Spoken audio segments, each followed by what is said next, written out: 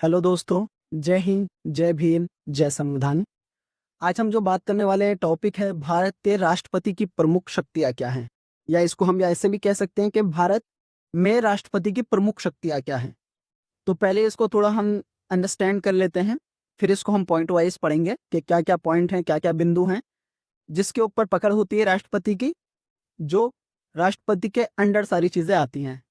तो पहले हम समझेंगे कि भारत के राष्ट्रपति राष्ट्र के प्रमुख और सर्वोच्च संवैधानिक प्राधिकारी होते हैं। सबसे बड़े जो मतलब कह सकते हैं एक first person of the nation जो होता है वो राष्ट्रपति ही होता है।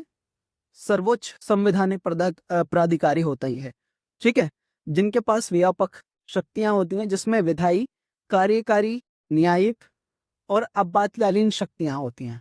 ठीक है, ये सारी शक्तियां होती हैं राष्ट्रपति के हाथ में। वह संसद सत्र बुला सकते हैं, ऑर्डिनेंस जारी कर सकते हैं, प्रधानमंत्री की नियुक्ति करते हैं और सेना के सर्वोच्च कमांडर के रूप में कार्य करते हैं। ठीक है, ये सारे राष्ट्रपति के कार्य होते हैं। अब हम इसको पॉइंट वाइज अंडरस्टैंड करेंगे कि इसमें कार्यकारी शक्तियां क्या होती हैं। अगर हम कार्यकारी शक्तियों की बात करें, संघ के सभी कार्यकारी कार्य राष्ट्रपति के नाम से किए जाते हैं। वे प्रधानमंत्री, मंत्रियों, राज्यपालों, मुख्य न्यायाधीश और अन्य सर्वोच्च अधिकारियों की नियुक्ति करते हैं। ठीक है, सेकंड इसमें अगर हम पॉइंट पढ़ते हैं विधायी शक्तियां। अब विधायी शक्तियां क्या है? संसद का सत्र बुलाना, सत्रावसान करना और लोकसभा भंग करना। उनके हस्ताक्षर के बिना कोई भी विधेयक, बिल, कानून नहीं बनता। वे संसद के सत्र में ना होने पर अध्यादेश, ऑर्डिनेंस जारी कर सकते हैं। ठीक है, ये हमने अंडरस्टैंड कर लिया। लोकसभा को भंग कर सकते हैं राष्ट्रपति। ठीक है, उनके हस्ताक्षर के बिना कोई भी कानून, बिल नहीं बनता है।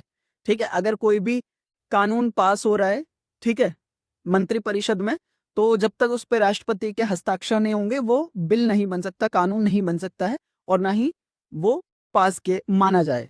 ठीक है, इसके बाद देखिए सैन्य शक्तियां हम पढ़ लेते हैं। सैन्य शक्तियां क्या होती हैं? वे भारत के तीनों सशस्त्र बलों, थल, जल, वायु के सर्वोच्च कमांडर होते हैं और युद्ध या शांति की घोषणा कर सकते हैं।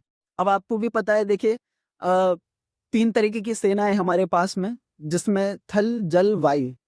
इनके जो सुप्रीम कमांडर जिन्हें हम कह सकते हैं, इनके मान लीजिए जो सबसे ऊपर के अधिकारी हैं, जिनको ये तीनों सेनाओं के जो जनरल होंगे, वो जो रिपोर्ट करेंगे वो किसको करेंगे? राष्ट्रपति को रिपोर्ट करते हैं। और राष्ट्रपति के ही मतलब कि उनसे डायरेक्टली वार्तालाप होती है, बातचीत होती है। भाई भगवान ना करे, खुदा ना खास्ता, कभी युद्ध जैसी स्थिति हो जाए तो उसकी भी घोषणा राष्ट्रपति कर सकते हैं, या युद्ध के बाद में अगर पूरी तरीके से वो मामला अंडर कंट्रोल हो जाए, शांति हो जाए, तो उसकी घोषणा भी राष्ट्रपति कर सकते हैं। अब इसके अदर पॉइंट देख लेते हैं हम। न्यायिक शक्तियां। न्यायिक शक्तियां क्या हैं? अब राष्ट्रपति किसी अपराधी की सजा को कम, माफ या निलंबित कर सकते हैं, जिसमें मृत्युदंड के मामले भी शामिल हैं। मान लीजिए कोई भी अपराधी है, कोई भी व्यक्ति है, उसको किसी भी संवैधानिक कोर्ट से या संवैधानिक बेंच से, जिसमें चाहे आप निचली अदालत हो या राज्य स्तरीय अदालत हो, हाई कोर्ट हो, सुप्रीम कोर्ट हो, अगर कहीं से भी किसी भी अपराधी को कोई भी सजा मिलती है, तो उसको माफ करने की या निलंबित करने की जो भी पावर होती है वो किसके हाथ में है? राष्ट्रपति के हाथ में है। ठीक है, तो इतना बड़ा पद होता है कि किसी की सजा भी माफ कर सकता है राष्ट्रपति। अब इसमें देखिए लास्ट पॉइंट हम समझ लेते हैं, आपातकालीन शक्तियां। अक्सर आपने सुना होगा कि अभी कुछ समय पहले ये एक मुद्दा भी चल रहा था, इमरजेंसी हुई थी हमारे देश के अंदर। ठीक है, तो वो इमरजेंसी क्या है? वो आपातकालीन कहते हैं इमरजेंसी को हिंदी ना। तो ये शक्तियां क्या हैं? संविधान के तहत वह राष्ट्रीय आपातकाल अनुच्छेद 352, राज्य में राष्ट्रपति शासन अनुच्छेद 356 और वित्तीय आपातकाल अनुच्छेद 360 लगा सकते हैं। तीन तरीके की इमरजेंसी लगा सकते हैं राष्ट्रपति, जिसमें अनुच्छेद 352, जिसमें राष्ट्रीय आपातकाल होता है, नेशनल इमरजेंसी। सेकंड होता है कि किसी भी राज्य के अंदर अगर उसकी व्यवस्था चरमरा गई है, अगर उस राज्य को चलाने वाले नेता करप्ट निकलते हैं, कोई भी, अभी आपने देखा भी होगा कि कई राज्यों में अगर राष्ट्रपति चाहे तो राष्ट्रपति शासन लग जाता है, जैसे जम्मू कश्मीर में भी लगा हुआ था। ठीक है, अनुच्छेद 356 के अंदर ये उनके पास अधिकार है। और वित्तीय आपातकाल अनुच्छेद 360 लगा सकते हैं। ठीक है, तो ये तीन तरीके की इमरजेंसी भी लगा सकते हैं राष्ट्रपति। आशा करता हूँ जो मैंने जानकारी दी है आपको राष्ट्रपति के बारे में, वो जानकारी आपके लिए महत्वपूर्ण रही होगी। और आप ये प्लीज़ जो पेज है वो सब्सक्राइब कर लीजिएगा।